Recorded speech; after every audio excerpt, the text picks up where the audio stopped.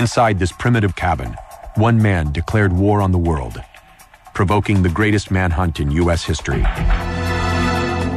From 1978 to 1996, his handmade explosive devices destroyed lives and threatened a nation.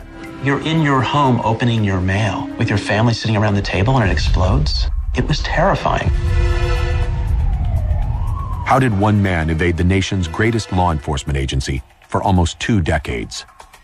I don't think anybody dreamed that we would find a PhD in mathematics. This guy's living with no running water, no electricity, and none of that, yet he's building these bombs. And what led him to kill in the first place? We like to think of anyone who commits murder as simply insane. And I thought there was more to Kazynski than that early on. Were it not for the selfless act of his devoted family, he might still be at large today. It felt like such a decisive moment to kind of put my finger down on the spot of the map, realizing that I could be sending my brother to his death. His name was Tedd Kazínski, but he became known to the world as the Unabomber.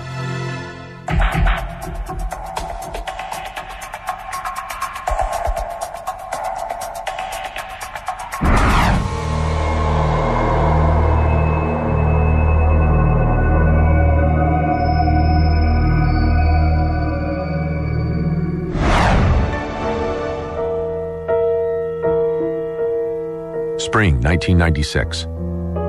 Undercover agents from the FBI and other agencies converge on the small mountain town of Lincoln, Montana, and the cabin of Tedd Kazínski. They believe Kazynski is one of America's most notorious criminals, the Unabomber. For almost 20 years, his seemingly random bombings have killed and maimed innocent people across the country, and the FBI has been powerless to find him. This is the work of the Unabomber. Along with these crimes, his taunting letters to authorities and his anti-technology writings have made him the most wanted man in America. Finally, investigators are on the verge of ending the nation's longest-running crime spree. Between noon and midnight of April 2nd, the FBI quietly moves about 100 people into Lincoln, Montana, including special weapons and tactical teams and bomb personnel from the military. The agents take their positions. They must get Kazynski out of his cabin without raising his suspicions. Still fresh in their minds is the failed violent standoff between the FBI and the Branch Davidians in Waco, Texas. And agents believe Kazynski probably has weapons and explosives in his cabin. Max Knoll, the Unabomb Task Force supervisor, recruits Jerry Burns, a local ranger, to help lure Kazynski outside.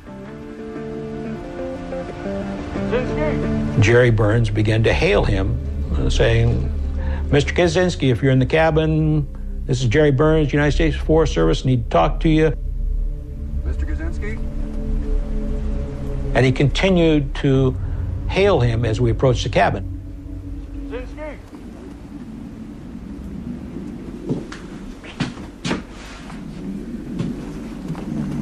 Kazynski, if you wouldn't mind coming out and talking to us for a minute, please. I have a question for you about your property line. It's fine, there's no problem. It's all covered with a snowdrift right now, and we want to make sure... Burns politely requests that he step outside.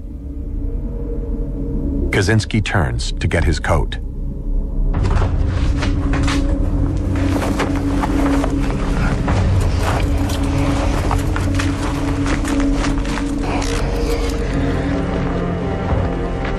I can tell you specifically what went through my mind that day. I said to myself, my God, is that what we've been searching for all these years? Because he looked like a wild caveman. His hair was all over. He had a coating of grime on him. His clothes were falling off of him. I could not believe that this was the person who successfully eluded all of the investigative agencies for 17 years. This is the final chapter of the greatest manhunt in FBI history. But the effects of the Unabomber's attacks leave a deep impression on America. Remember the hooded pictures we saw? We were terrified. I mean, I remember the day that the United States airline system was shut down because of the threat of a bomb. This is long before 9/11. People were afraid to open their mail. I was a university professor. I remember those days. He struck people where they were most vulnerable and unsuspecting: their offices, living rooms, and kitchens. The most disturbing thing about the Unabomber's packages was that he used something we all trusted, the U.S. mail. His attacks forced authorities to publish his anti-technology writings, making him as much a populist figure as a murderer. Tedd Kaziniski was an archetype that American culture likes and validates. He was the rebel. He was James Dean. He was a modern-day Robin Hood. He was speaking truth to power. Though his anti-authoritarian words may have resonated, his actions killed and maimed innocent people. Beginning on May 26, 1978. In a University of Illinois parking lot, a woman picks up a package which is left unattended. It explodes in the hands of a campus security officer, but he is only slightly injured. About 1 year later, on the campus of Northwestern University, a graduate student triggers a loud explosion when he opens a curious-looking cigar box. His injuries are minor. These two bombings attract little notice from law enforcement. But on November 15, 1979, the Unabomber gets the attention of the FBI. American Airlines Flight 444 is headed towards Washington, D.C. During the flight, passengers suddenly hear a loud sucking sound, and smoke starts to pour into the cabin.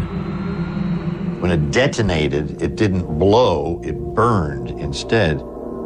And the smoke seeped through the cargo hold up into the passenger compartment, and the plane had to make an emergency landing.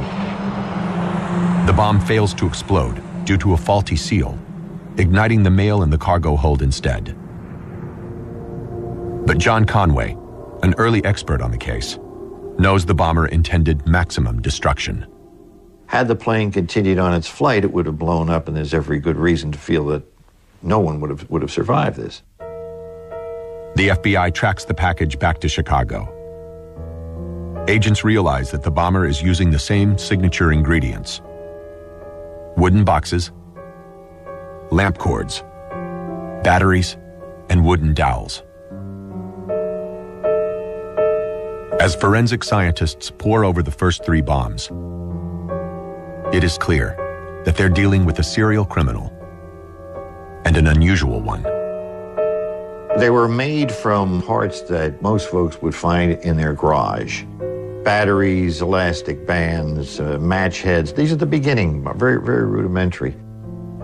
The bomb components are also scraped of identifying marks,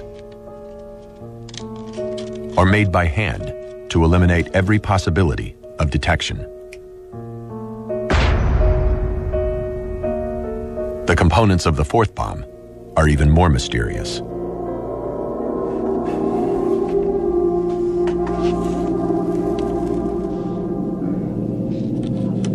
On June 10, 1980, Percy Wood, a business executive, opens a package containing a book called Ice Brothers.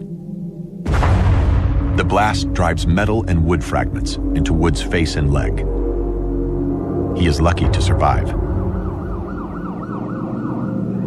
The bomb is preceded by a letter claiming Mr. Wood would receive a book of great social significance. What does this mean? What did Ice Brothers mean? What did that letter mean? There are also numerous teasing allusions to wood. The devices are made of wood. The victim's last name is Wood. The return address is from a street called Ravenswood. Also, planted inside the book is a small piece of metal with the letters FC stamped on it. It is clearly meant to survive the explosion, and it becomes the way the bomber identifies his work from this moment on. Most intriguing of all is the background of the victim, Percy Wood.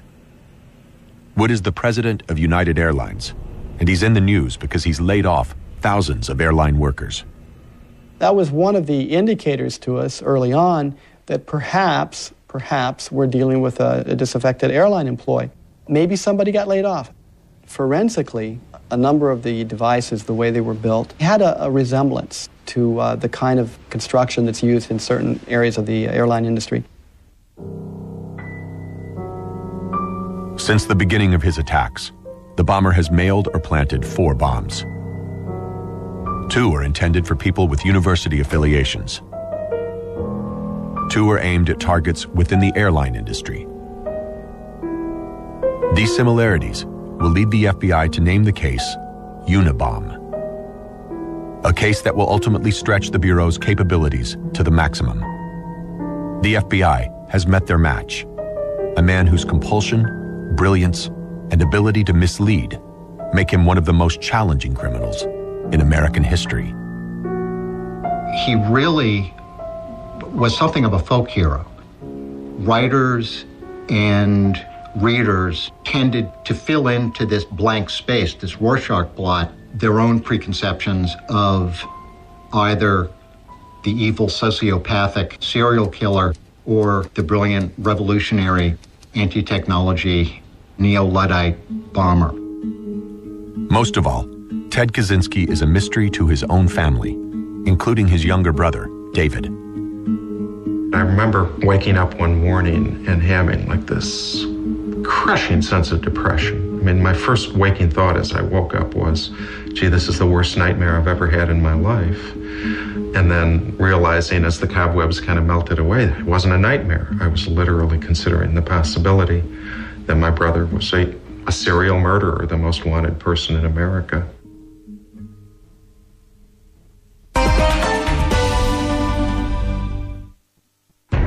From the beginning, it is clear that the Unabomber is a master criminal.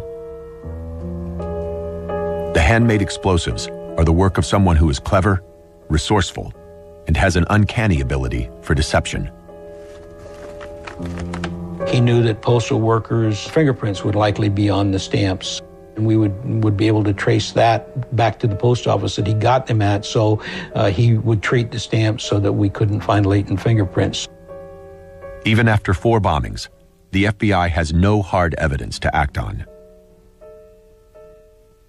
In fact, most of the clues were deliberately planted to mislead. The Unabomber is toying with investigators.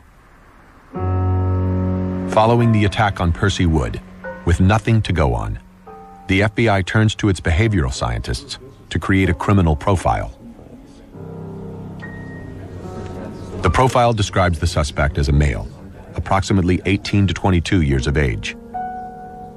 A college student, with some education in physics or engineering, most likely upper middle class. But in almost every respect, this first profile is wrong.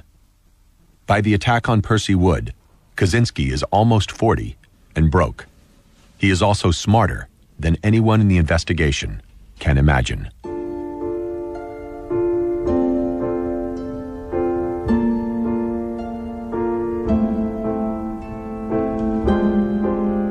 And I remember on the playground where one of my friends saying, you know, Dave's brother is like Einstein. Well, maybe not quite Einstein. And I says, what do you mean? Of course he's like Einstein. The son of Polish immigrants who live in Chicago, Tedd Kazynski is an academic prodigy.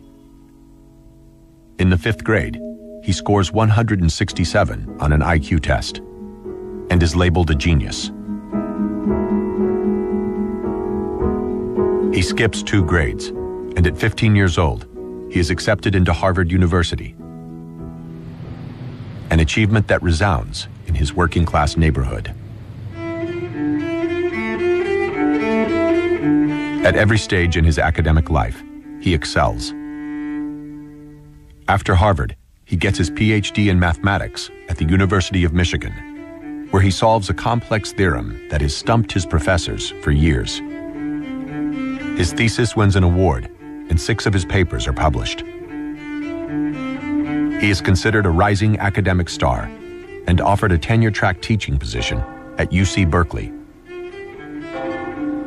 But Tedd does not fit into 1960s Berkeley culture. His stay there is brief. His particular ambitions cannot be satisfied by a life in academia. Kazynski has other plans. He only stayed at Berkeley long enough to make enough money to go out into the woods to start his anti-technology campaign.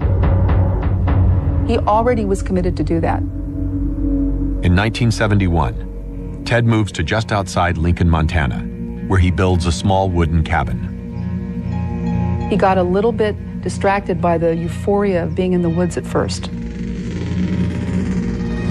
But then the motorcycles started coming through the woods and the planes were flying overhead and technological society was intruding on him. And he himself wrote that he needed to get this message to people. And in order to do that, he had to kill people. Over the years, he becomes the nation's most elusive serial murderer, avoiding detection by launching each attack in the same modest way. He would just ride his bicycle from his cabin into the town of Lincoln, Montana.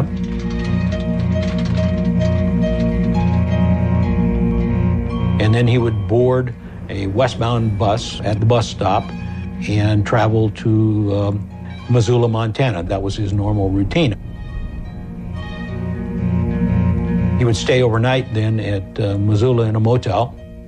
And he would have brought with him a set of civilian clothes. Many times it was a suit, a white shirt, and a tie. He would clean himself up, and then he would board a bus en route to the Bay Area or to Sacramento or wherever he happened to be going at that time.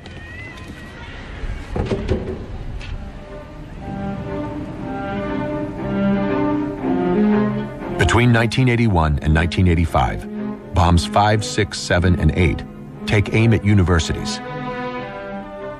The bombs are intended to kill, but only succeed in maiming his victims.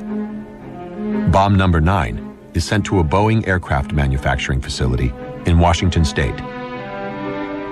A vigilant employee calls the police.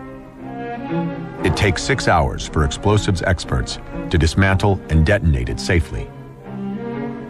This one is big enough to kill anyone within 20 feet. Forensic analysts notice a disturbing trend. I realized that he was getting far more sophisticated as the years went on. He was moving from using match heads and smokeless powder to aluminum powder and sodium nitrate. I realized that we had a situation that was going to escalate.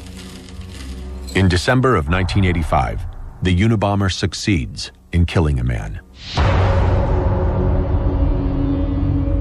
Hugh Scruton, a computer store owner, is murdered by a powerful bomb that is made to look like a road hazard.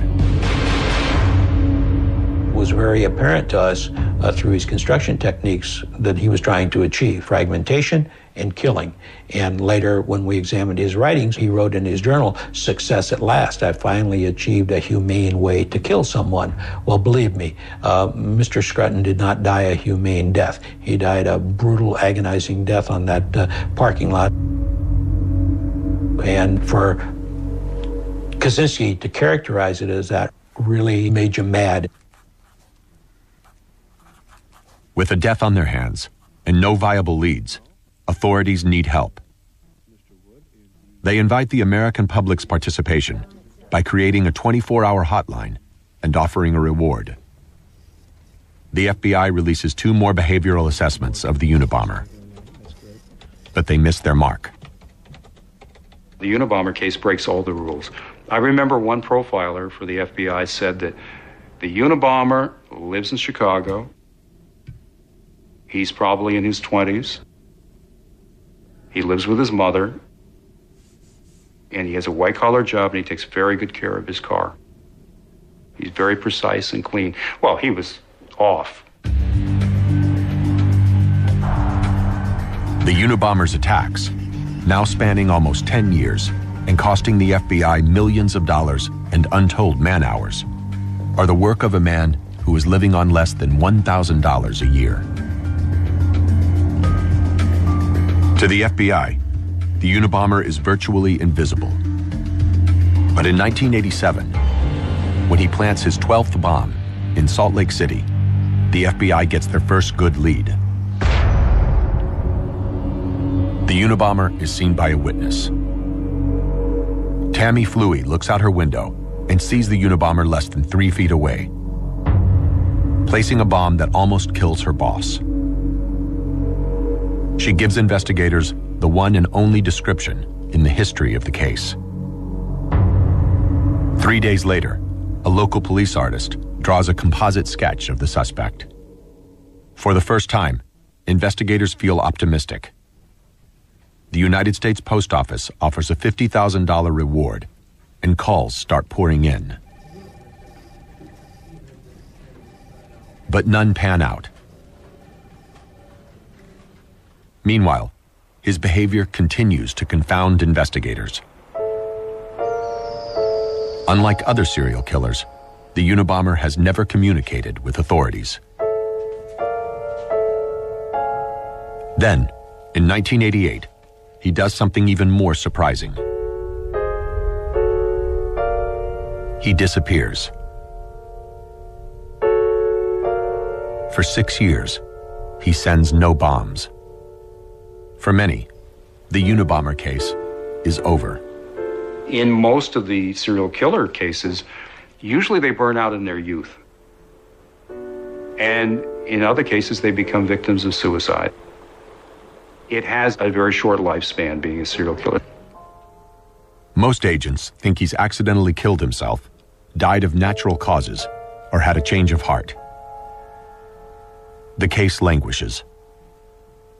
I was pulled off Unabomber on a regular basis because they didn't feel as though it had prosecutive merit right now. And I was helping with other cases that fellows in the squad had that demanded manpower right now. But John Conway is reluctant to abandon the case completely. There were a few agents who said, oh, the Unabomber's dead. But John never bought that and said, no, I'm not closing the case. The guy's still out there, he's coming back. Conway is right. And during the Unabomber's 6-year hiatus, the number of agents on the case dwindles, while he fine-tunes his technique.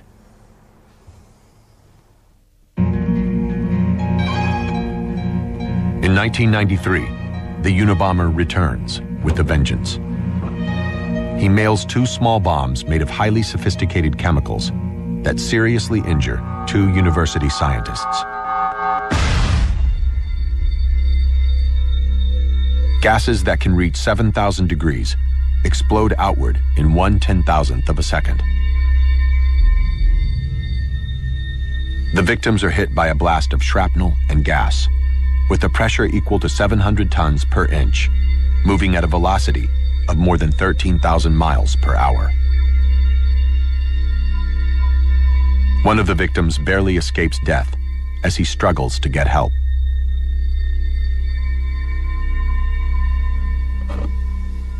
His next 2 bombings cause even more devastation. 2 weeks before Christmas in 1994, New Jersey executive Thomas Mosier opens a package he mistakes for golf equipment. He is killed instantly.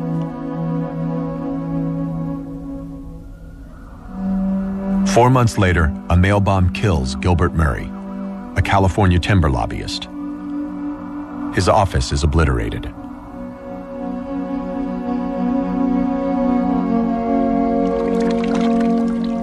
These bombs demonstrate a new and frightening destructive power.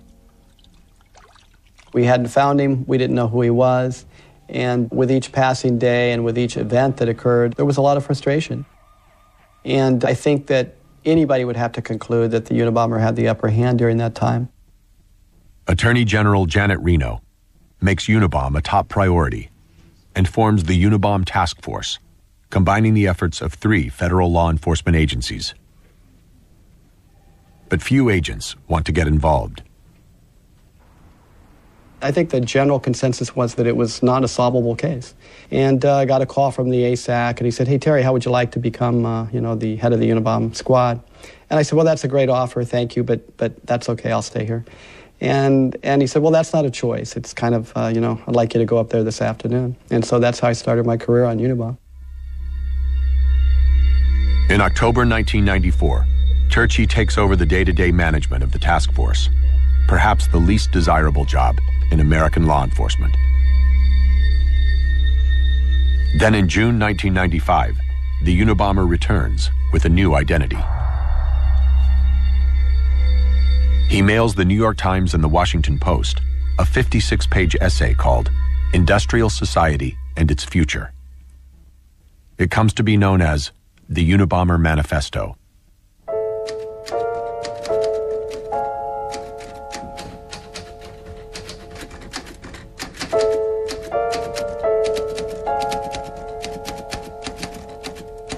When the manifesto came to the task force and the Unabomber in 1995 started having dialogue, that was a major turning point in this case. Kazynski offers to halt his attacks if his manifesto, a 35,000-word indictment of the modern world, is published. The document reeks of anger.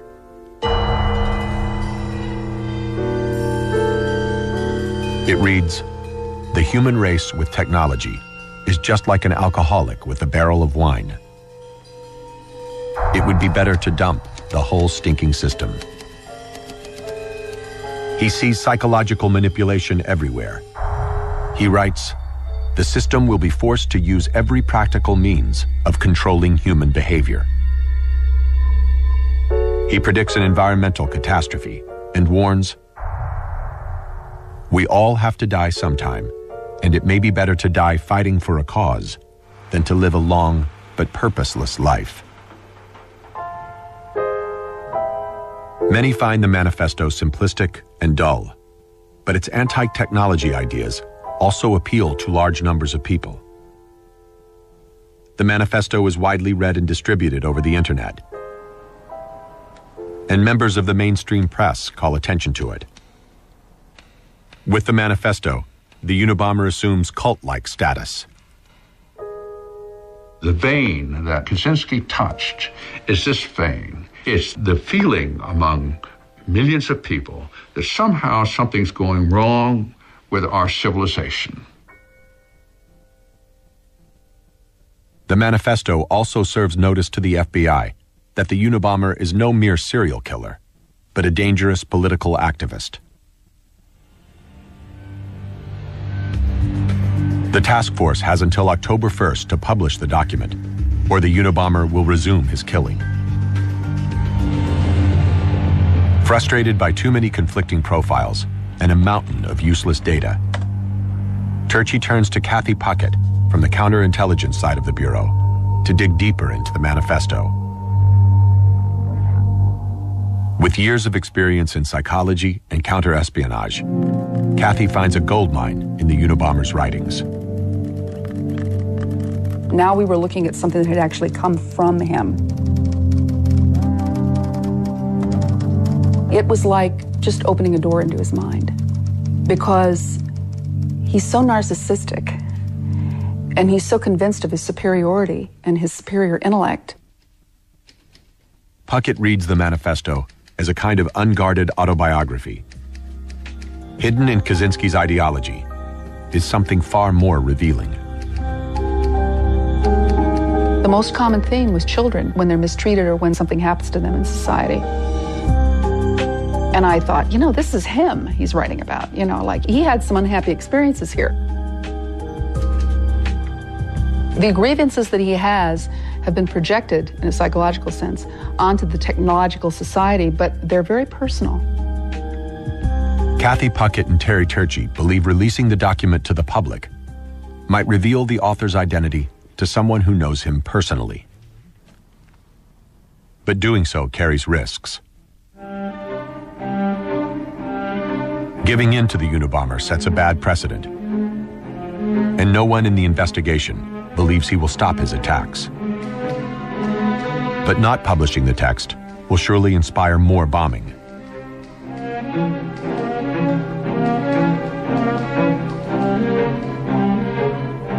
The debate to publish or not to publish is a watershed moment in the long history of the Unabomber case.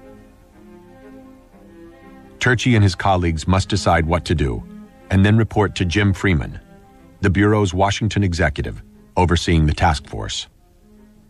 We finally decided our recommendation was going to be we probably shouldn't publish. Jim Freeman said, okay, put together a position paper. As soon as I closed the door, we all looked at each other, and almost without saying it, we made the wrong decision in there. So I went back and said, we think maybe we made the wrong decision. We think maybe we ought to publish the Unabomber manuscript. And he looked at me and for a minute said nothing, and then he said, you know, I felt the same way. Both the Washington Post and the New York Times carry the complete 35,000-word essay. It is a gamble that rouses scorn from many who see this decision playing into the hands of a terrorist. But the decision is made. The only question is, will the gamble work? Reminds Linda of the letters that her husband has shown her over the years, written by his brother, Ted. She began to say that she'd been reading some articles about the Unabomber, and she just got this awful intuition that perhaps the Unabomber was my brother. And my first reaction was to think, Linda, come on, Ted's, yeah, and he's got problems and so forth, but, you know, he's never been violent. As he reads the manifesto, now circulating on the internet, David is reminded of troubling incidents in his older brother's life. When he is about 7 years old, David asks his mother why his brother has so few friends. Mom explained to me that it's okay to be different, not everybody has to be the same. But I wasn't quite satisfied, and I think Mom realized that, and she actually kind of sat me down on a couch and said that she thought I should hear a story about something that had happened to my brother when he was a baby.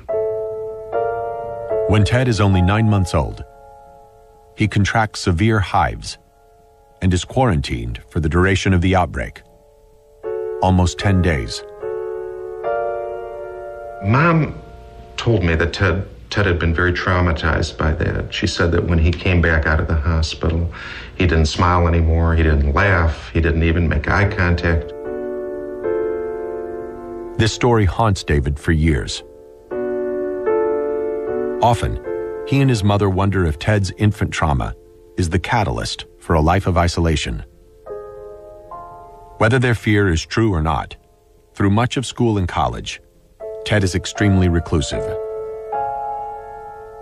Not only is he 2 years younger, Ted is also less affluent than most of his college peers. Harvard, especially in the 1950s, was a very snobby place. If you tied your tie wrong, if the calves showed above your socks, people wouldn't speak to you. It was that way. And here was a guy who barely turned 16 when he entered Harvard.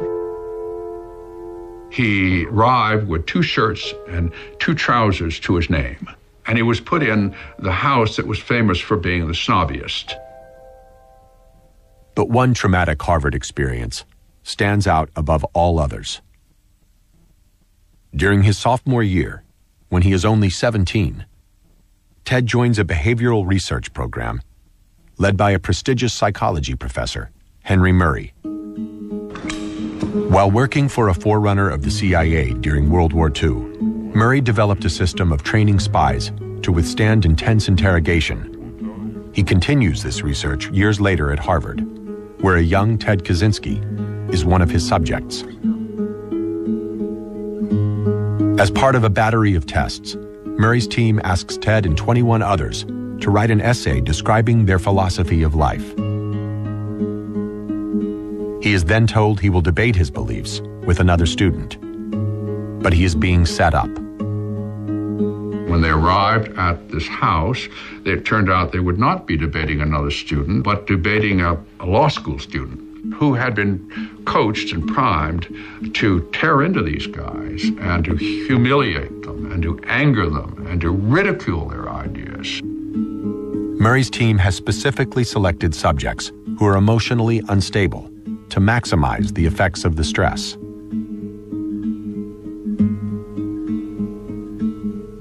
think what's striking about the Murray experiment is that they would subject someone intentionally to this kind of stress without any kind of help in processing it afterwards. Seems unconscionable. The experience proves to be a formative one for Tedd Kazynski. It kindles in him a deep-seated hatred of psychologists. In fact, later on, a famous behavioral psychologist named James McConnell is one of his targets. After Harvard, Tedd goes on to write a 23-page essay attacking technology and government-funded scientific research like Murray's, which becomes a precursor to his manifesto. He tries to enlist other scholars in his cause, but they are uninterested. Slighted, the silent and shy Kazynski begins to hate those in academia who don't share his ideas. Years later, as the Unabomber, he gets the audience he wants when he forces the manifesto's publication under the threat of continued violence.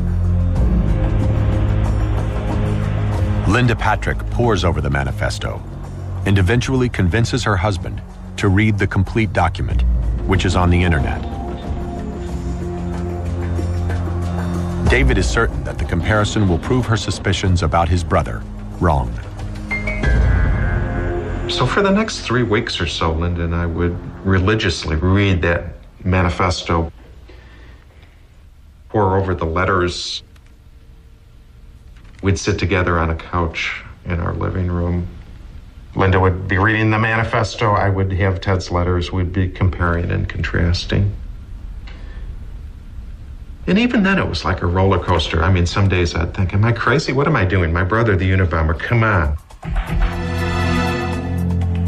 But 2 phrases in the manifesto jump out at David. Cool-headed logician, and you can't eat your cake and have it too. Phrases his brother often used. David and Linda hire a detective and a lawyer who submit Tedd's writings to the analysis of a literary forensic expert. He says there is a strong likelihood that Tedd and the Unabomber are the same person. If we did nothing, and Tedd was the Unabomber, some innocent person might pick up a package and be killed. It's unthinkable. On the other hand, if we turn Tedd in and he is the Unabomber, maybe he's going to shoot it out with the police. Maybe he'll be sentenced to death and executed. Then I'd have Tedd's blood on my hands. David and Linda act. Their private detective contacts the FBI with their evidence and their growing suspicion. Tedd Kazynski enters the Unabomber Task Force Case Management System as suspect number 2416. He becomes just one of thousands of possible suspects the FBI is actively pursuing. But even at the highest level of the FBI, there is doubt that Tedd Kazynski can possibly be the Unabomber. The fact that Tedd Kazynski wrote things that were linguistically analyzed and containing similar ideas to the manifesto, those are all circumstantial things. Experts are incredulous because they are certain the bomb maker must have access to a professional foundry in order to fashion his aluminum components. Kazynski has no electricity or running water. We had 2,416 other suspects, many of whom were very, very, very good suspects. And now all of a sudden we're faced with a guy who had no method of transportation. He had no electricity in the cabin. He had no heat in the cabin other than a potbelly stove. He certainly didn't have a kiln. It boggled the imagination. Real hard evidence still eludes the task force. But when David Kazynski shows agents the 23-page anti-technology essay that Tedd tried to publish in the 70s, the similarities are too hard to ignore. Jim asked me to stay around after everybody else left, and he said, what do you think? Do you think we ought to focus the entire Unabomber task force on one person? And we looked at each other and we said, why not? The FBI acts quickly before another bombing occurs. David Kazynski is shown a map of Montana and asked to point out the exact location of Ted's 10 by 12-foot plywood cabin. The die was cast. We were resolved to do what had to be done. There was no turning back if we'd wanted to, and yet it felt like such a decisive moment to kind of put my finger down on the spot of the map, realizing that I could be sending my brother to his death. Mr. Kazynski?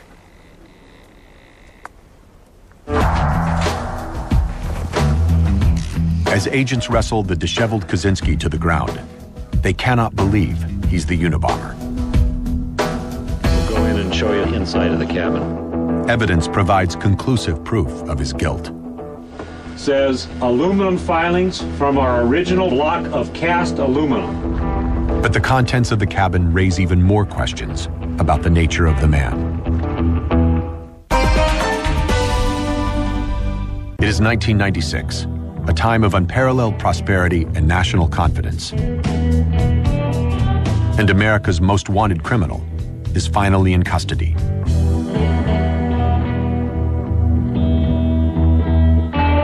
Ted Kazynski exchanges the seclusion of his mountain cabin for the harsh glare of an increasingly hostile press and public.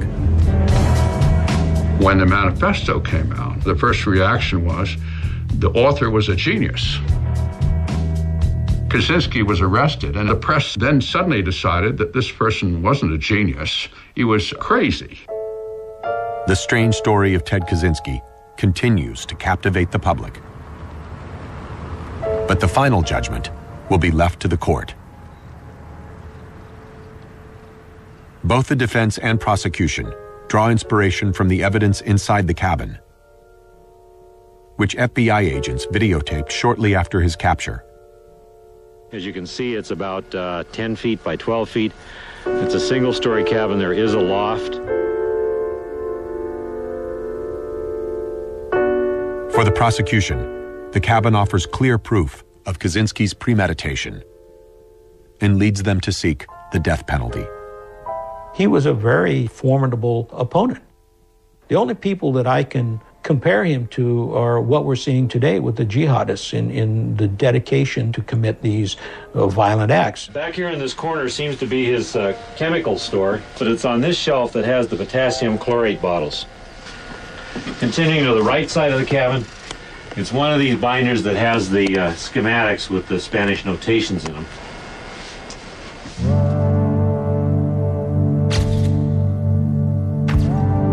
Inside the cabin, investigators find the Smith Corona typewriter used to write the manifesto,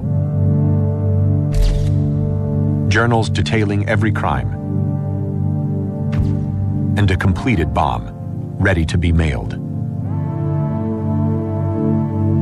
The defense team, confronted with a mountain of incriminating evidence, realizes the only way to save Kazynski's life is by pleading insanity. They see the cabin's grim interior as a mirror of Ted Kazynski's mental disorder. This is the subject's bed or cot. It's got an olive drab blanket on top. As the trial approaches, the defense brings the dingy Unabomber cabin to Sacramento, the site of the trial, to make the point that anyone who chose to live this way must be crazy. In this cabin, Kazynski endured years of privation to bring attention to his anti-technology ideas. He now has his moment. The trial is the perfect public forum for him to present those ideas, even if it means risking death for them. His stance puts him at odds with his own attorneys, who believe he is mentally ill. His defense team did not appear to be apprising him of the defense that they were going to use for him. Mr. Kazynski became visibly shook up at the defense table. He slammed his pencil, and although I didn't hear what he said, I could see from the formation of his mouth, he said, "Is that what you've been telling them?"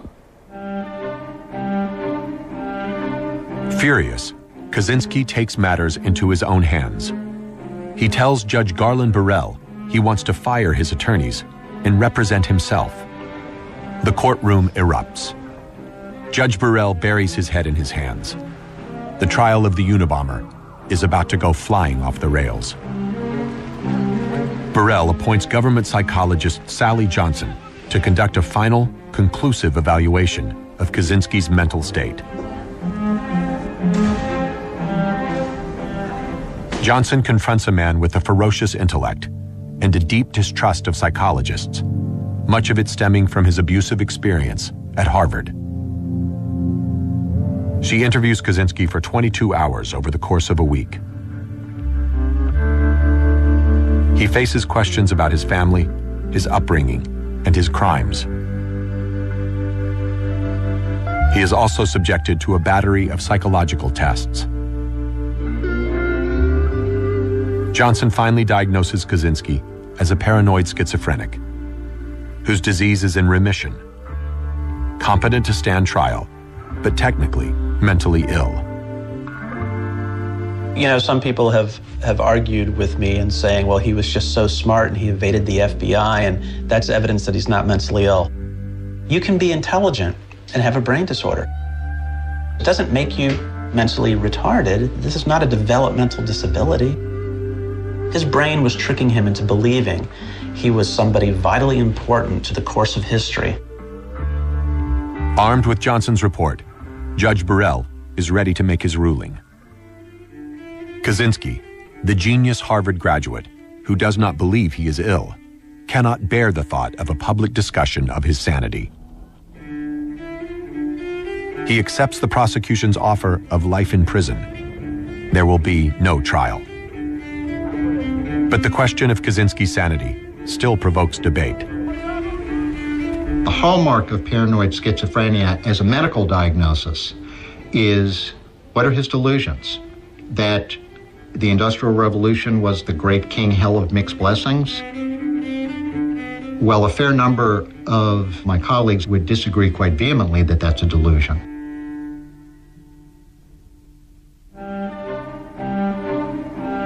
Almost 20 years after the first bomb exploded, the case of the Unabomber is over, but the verdict offers little satisfaction. Because there was no trial, we still don't know from Ted's Kazynski's own testimony under oath why he did what he did.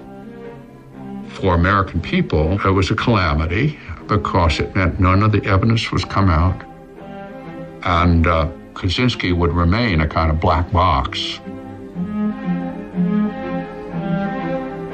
For the FBI, the Unabomber case creates a whole new category of criminal, modeled after Kazynski, called the lone wolf. The invisible, angry loner, whose inability to connect with other people leads to a dangerous ideological obsession. It isn't their dream when they're 6 to be, the Unabomber.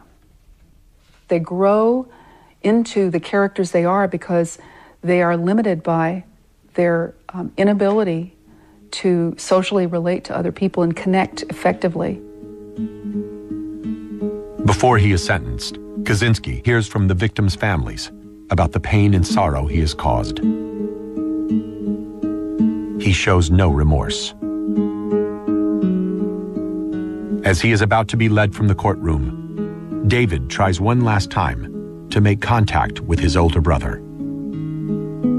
I'm sitting as close to my brother as I am to you, looking at the back of his head. All those memories pouring in. Times we'd spent together, the bond we had. Somehow, this was the end of it. Ted exits the courtroom without saying a word to either David or his mother. He is taken to the Supermax prison in Florence, Colorado. Kazynski got what he deserved. In fact, he preferred to die for his ideas. It was a better punishment, and a more severe one, that he did not die, but he's in a prison where he can't even see the horizon outside his window. It is there, held in solitary confinement, that Tedd Kazynski lives out the remaining days of his life, while modern technological society marches on.